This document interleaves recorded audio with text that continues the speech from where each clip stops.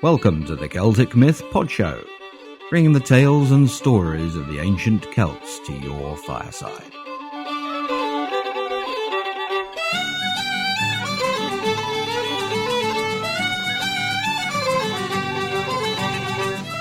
Episode 8, The Long Hand of Lugh.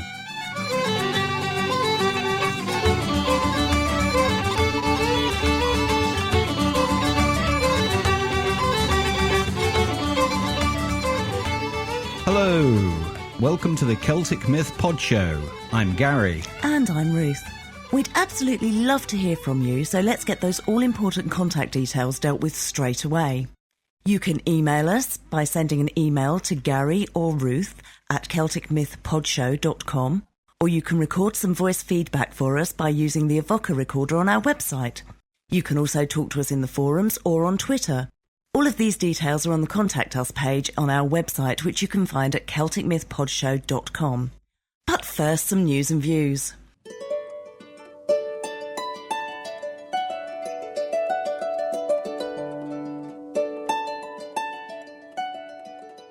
Since the last episode, there's been some absolutely amazing news from Wessex Archaeology. Now, they got some funding from English Heritage to produce a series of educational aids, teacher's kit for pupils. Excellent.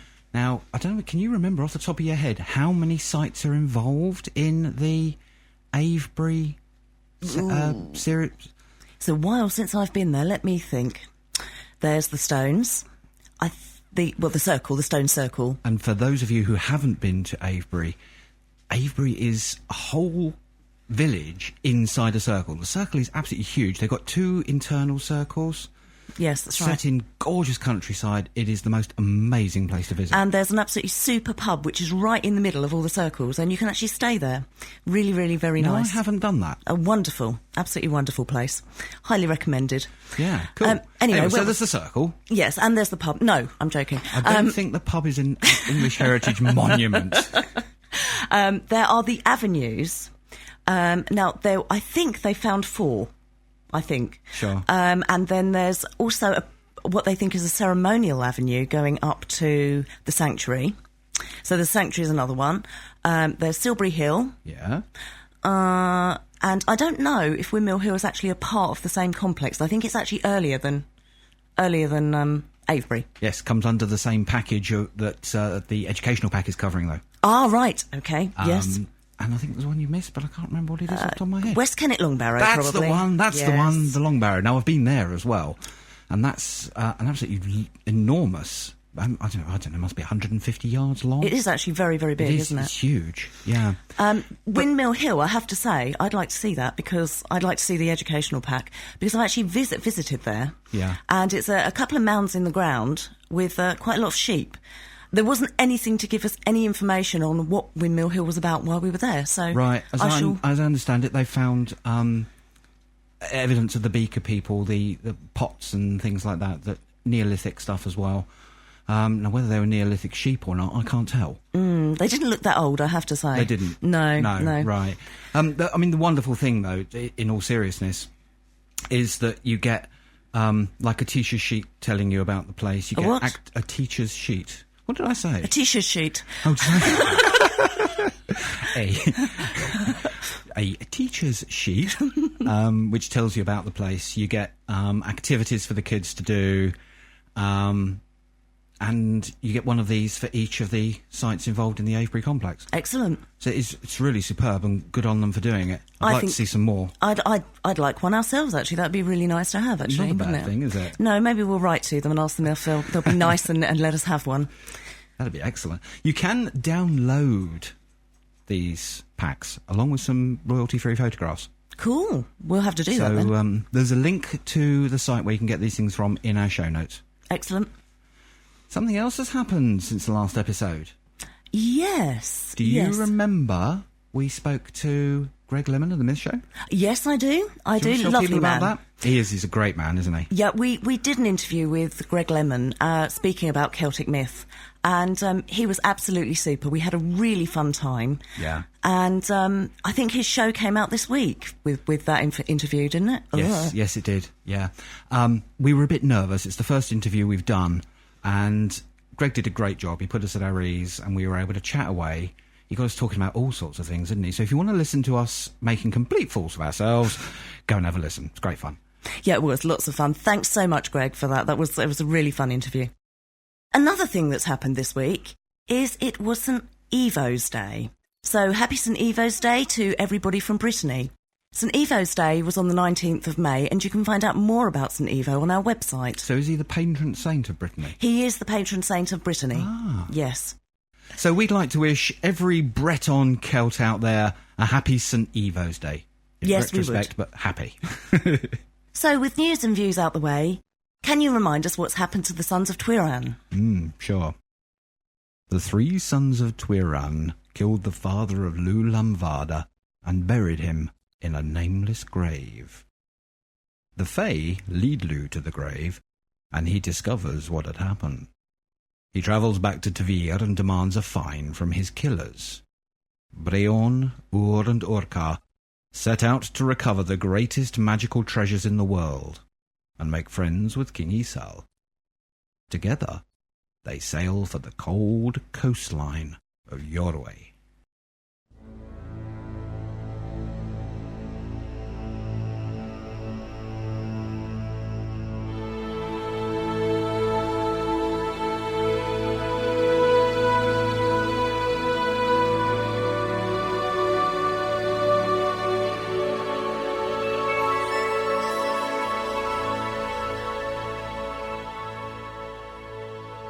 The ship ploughed through fields of great ice. White rocks that glided over the waves past the prow of the tall ship belonging to Easal, king. Freezing cold, steaming sculptures of sharp alien shapes that grinded ominously along the sides of the ship. The Sons of Tuireann clasped warm furs around themselves as their breath made icy crystals in their beards. And then the delightful, wonderful coast of Iorusaidh slowly took shape through the haze of the sea, its many inlets crowned with silent white-capped peaks. The people and the armies were watching the harbours and the landing places before them, and they knew them at once, and shouted at them. And then Easal went on shore peaceably, and he went to where his son-in-law, the king, was, and told him the story of the Sons of Tuireann, from beginning to end. What has brought them to this country? To ask for the hound you have. It was a bad thought you had coming with them to ask it, for the gods have not given that much luck to any 3 champions in the world, that they would get my hound by force or by goodwill. It would be better for you to let them have the hound, since they have put down so many of the kings of the world. But all he could say was only idleness to the king. So he went then to where the Sons of Tuireann were and gave them the whole account. And when they heard the king's answer, they made no delay, but put quick hands on their arms and offered to give battle to the army of Iorusaidh. And when they went, there was a brave battle fought on both sides. And as for the Sons of Tuireann, they began to kill and to strike at the men of Iorusaidh till they parted from one another in the fight, so that Ur and Urcar chanced to be on one side, and Beinn by himself on the other side. It was a gap of danger, and a breaking of ranks that was before Beinn in every path he took, till he came to the king of Iorusaidh in the midst of the battle where he was. And then the 2 brave champions began a fierce fight together, and they did not spare one another in it. And at the last, Beinn overcame the king, and bound him, and brought him through the middle of the army till he came to the place where Easal was. And he said, "There is your son-in-law for you. And I swear by my hand of valour, I would think it easier to kill him 3 times than to bring him to you once like this." So then the whelp was given to the Sons of Tuireann, and the king was unbound, and peace was made between them. When they brought all this to an end, they bade farewell to Easal and to all the rest. Now, as as to Lugh the Long Hand, it was showed to him that the Sons of Tuireann had got all the things that he wanted for the battle with the Fomor, and on that he sent a spell after them to put forgetfulness on them of the rest of the fine that they had not got. He stooped to lay the spell on the sea, and it became a wave and travelled unbroken till it reached the boat of Manannan. It rocked the boat softly, and the 3 sons of Tuireann remembered their father's house. But they had no sorrow for the wrong done to the earth, and forgetfulness of Miochaoin's hill came upon them. And he put a great desire and longing on them to go back to Erin. So they forgot that a part of the fine was wanting to them, and they turned back again towards home. A good welcome we would have now if we were in our father's house, and good would it be in the morning to slip our hounds for the chase. And good would it be in the evening to hear the sounds of harps in our father's house. Let us go back to Erin. Go back to Erin. The ocean sweeper leapt through the sea foam towards the sacred land. And it is the place where Lugh was at the time, at a gathering of the people for a fair on the green outside Tuaidh, and the king of Erin along with him. And it was made known to Lugh that the sons of Tuireann were landed at Boinne. And he went into the city of Edair and shut the gate after him. And he put on Manannan's smooth armour, and the cloak of the daughters of Flidias, and he took his own arms in his hand. And the sons of Tuireann came where the king was, and they were made welcome by him and by the Tuatha de Danaan. Welcome home, Sons of Tuireann. Did you get the blood fine? Greetings, Nuada king. We did get it. Where is Lugh for us to give it to him? He was here a while ago. People of Edair search for him. They cannot find him. I know the place where he is, for it has been made known to him that we are come to Erin, and these deadly arms with us, and he has gone into Edair to avoid us. Messengers were sent to him then, and it is the answer he gave them that he would not come, but that the fine should be given to the king. So the sons of Tuireann did that, and when the king had taken the fine, they all went to the palace in Edair, and Lugh came out on the lawn, and the fine was given to him. And this is what he said. There is good payment here for anyone that ever was killed, or that ever will be killed. But there is something wanting to it yet that is not lawful to leave out. Where is the cooking spit, the flame under the sea? Where are the 3 shouts on the hill that you did not give yet? Give the ocean sweeper again, O Lugh, and the sons of Tuireann will pay the fine in full. I cannot, for I lent the boat at first, that the battle loss of Cian might be made good in readiness for the oncoming great battle. That loss is made good. You are here now because my spell has brought you. I laid a spell of forgetfulness upon the sea, and if you'd remembered the wrong that you did the earth, you would have remembered the shouts on Miochaoin's hill, and easily would you have given them, since you had the spear of victory, the skin of healing, and the apples of life. Now you must fare forth without these treasures, and without the boat of Manannan. And whatsoever you will win solely by the strength that is in yourselves. As well named you are, Lugh the Long-Handed. Your vengeful fingers have reached across the sea to grasp us, and they will not lose their hold till you have dragged us under the grave mound. With that, the sons of Tuireann came under clouds of weakness. They left the place then and went to their father's house that night, and they told him all that they had done, and the way Lugh had dealt with them. There was grief and darkness on Tuireann then, and they spent the night in grief. And on the morrow they went to their ship, and Enya, their sister, with them, and she was crying and lamenting in a song of sorrow. It is a mighty sorrow, Brian, of my life. It is not to Edair you're going.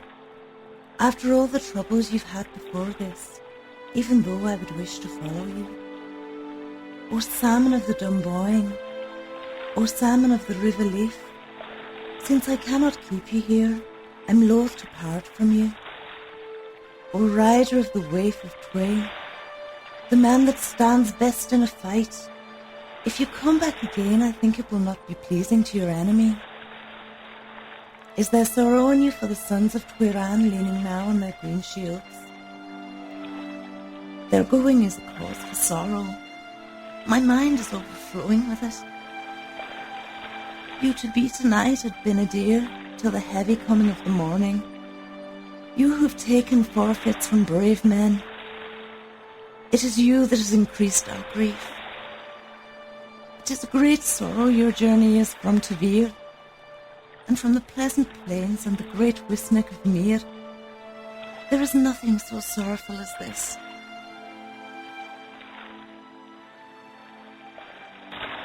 After that complaint, they went searching for the island of Caer, the land that is under the sea wave, the land of the fair-haired women, out on the rough waves of the green sea, and they were a quarter of a year on the sea without getting any news of the land.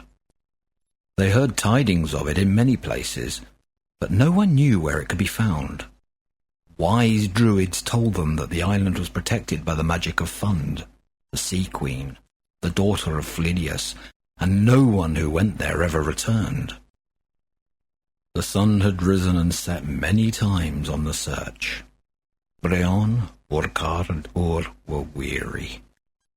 The wind had failed them, and they were labouring at the oars. It seemed to them they would never find the island of Caer. Let us rest a little, for my strength is spent. They rested from the oars, and Beinn cast a line over the side of the boat. He drew up a fish, white as silver and covered with crimson spots. Brother, your fish is purple-spotted like the salmon that swims in Connala's well, and eats the crimson nuts of the hazel of knowledge. Let him go free, for sake of his beauty. Aye, that I will. The she have granted me knowledge as a reward. I know that the island of Caer is beneath us. He jumped into the water, and the fey of the water made him to breathe, and he swam down till he reached the land that is under the sea. It was a goodly land, and Beinn walked through its starry meadows till he came to the palace of the guarded flame. He entered it, and found many beautiful maidens singing and embroidering golden flowers on mantles for the daughter of Flidias. In the midst of them leapt and shone the guarded flame. Beinn spoke no word when he entered, and the maidens did not lift their eyes to look at him. He took the flame in his 2 hands and turned to leave the palace. The maidens burst out laughing. You are a brave man, for even if your brothers were along with you, the least of the 3 times 50 women of us would not let the flame go with you or with them. But for all that, and since the flame does not burn you, you are daring and worthy enough to keep it. We have a flame for every day in the year, and you are the bravest champion and handsomest that ever came to look at us broidering cloaks for the Sea Queen. Oh, maidens, may every day in the air bring you fresh laughter and delight. And if good wishes can reach you from the country above the sea floor, you will have mine every day I live. And farewell now, and my 1,000 blessings with you. He rose through the water till he came to where his brothers were. His brothers thought it was too long he was away from them, and just as they were going to leave the place they were, they saw him coming towards them, and that raised their courage greatly. He climbed into the boat, and as the flame came above the water, it changed into a cooking spit, and Beinn laid it carefully in the boat. And he climbed into the boat, and they went on to look for the hill of Miochaoin. When they came there, they saw that the hill was very high and green. It rose almost straight out of the sea. Only on one side could it be climbed. Miochaoin, that was the guardian of the hill, came towards them, and when Beinn saw him, he attacked him, and the fight of those 2 champions was like the fight of 2 lions, till Miochaoin fell at the last. And after Miochaoin had fallen, his 3 sons came out to fight with the 3 sons of Tuireann. And if anyone ever came from the east of the world to look at any fight, it is to see the fight of these champions he had a right to come, for the greatness of their blows and the courage of their minds. The names of the sons of Miochaoin were Gork and Con and Eil, and they drove their 3 spears through the bodies of the sons of Tuireann. But that did not discourage them at all, and they put their own 3 spears through the bodies of the sons of Miochaoin, so that they fell into the clouds and the faintness of death. What were you now, my dear brothers? We are near death. Let us rise up and give free shouts upon the hill, for I see the signs of death coming on us. We are not able to do that. So Brienne rose up and raised each of them with one hand, and be shedding blood heavily all the time, until they gave the 3 shouts. The debt is paid, O Lugh! We can rest now, my brothers. We are done. 'Tis over. When they'd given the shouts, weakness came on them, and they fell down and could not rise. After that, Brienne brought them with him to the boat. They took the fastenings from it. They hoisted slowly the crimson sails, and the wind strengthened itself and filled the sails, and kept the boat before it till the hills of Erin showed themselves like pale clouds, and they were travelling the sea for a long time. But at last Brienne said, I see Edair and our fathers done, and Tuaidh the kings. We would have our fill of health if we could see that. Raise up our heads on your breast till we see Erin again, and life or death will be the same to us after that. O Brienne, flame of valour without treachery, we would sooner death bring ourselves away than to see you with wounds upon your body, and with no physician to heal you. Then they came to Edair, and from that they went on to their father's house. The 3 were laid on the green grass, and Enya their sister tended them, and the leeches and healers of their clan ministered unto them. Tuireann, their father, sat on the earth beside them. He was putting together in his mind words to say to Lugh. Brienne said to Tuireann, Go, dear father, to Teamhair, and give this bit to Lugh, and bring the skin that is healing in it for our relief. Ask it from him for the sake of friendship, fear of the one blood, and let him not give hardness for hardness. And, dear father, do not be long on your journey, or you will not find us alive before you. And then Tuireann went to Teamhair, and he found Lugh the Long Hand before him, and he gave him the spit, and he told him the 3 shouts had been given. He asked the skin of him to heal his children, and Lugh said he would not give it. So Tuireann went back to them and told them that he had not got the skin. Brienne asked his father to take him to see Lugh, so that he could ask him himself for the skin. So they went to Lugh. Brienne asked the skin of him, and Lugh said he would not give it, and that if they would give him the breadth of the earth in gold for it, he would not take it from them, unless he was sure their death would come on them in satisfaction for the deed that they had done.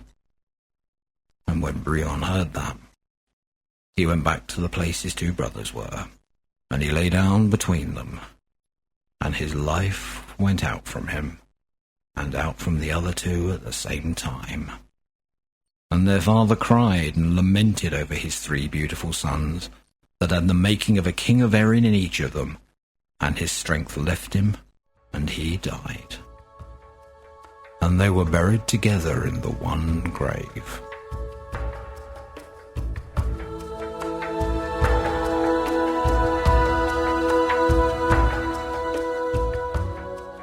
In the next episode, the Fomori descend in force upon the men of Erin, and Lugh gathers his forces for battle.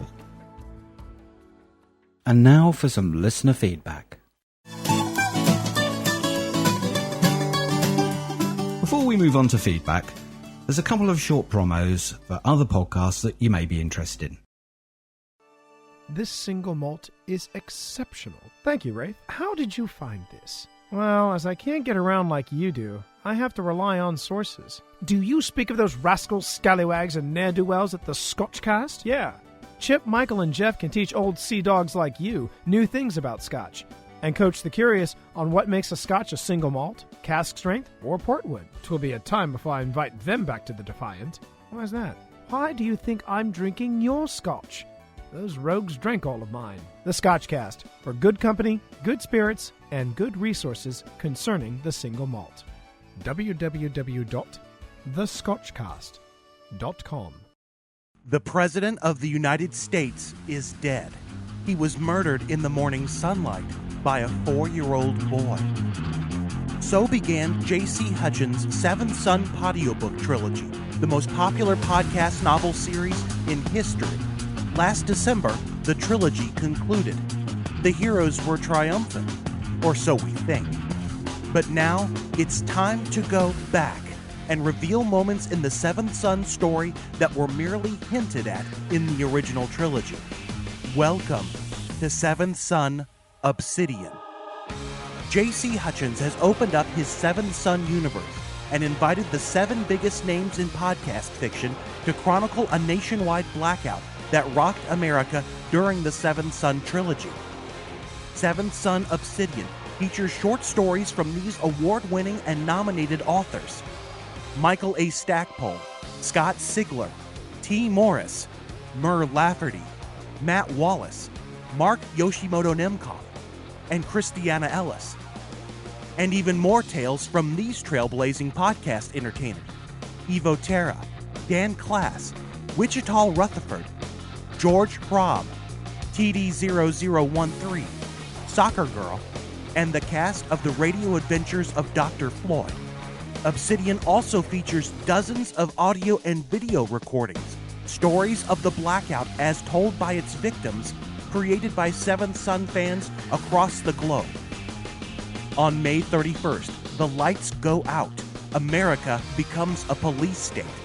Because when the power fails, chaos reigns. Subscribe now to Seventh Son Obsidian, or catch up with the original Seventh Son trilogy experience at jchutchins.net. Thank you for those. I hope you enjoyed them. We've had some great feedback by email and on the forums on our website about the use of accents in our shows. It seems that opinions are divided at the moment. So we thought, as this episode wraps up the Sons of Tuireann story, that in our next episode we'd try to restrict the accents and allow you to decide whether you'd like the show better with or without accents. Yeah, definitely. We're also going to concentrate on trying to bring more emotional drama into the dialogue. So please keep your feedback coming in this matter, and in fact on any issue, as it's important to us and your voice really does matter. Absolutely. So until next time, may the wind be at your back and may the road always rise to meet your feet. Until then... Ta-ra, folks.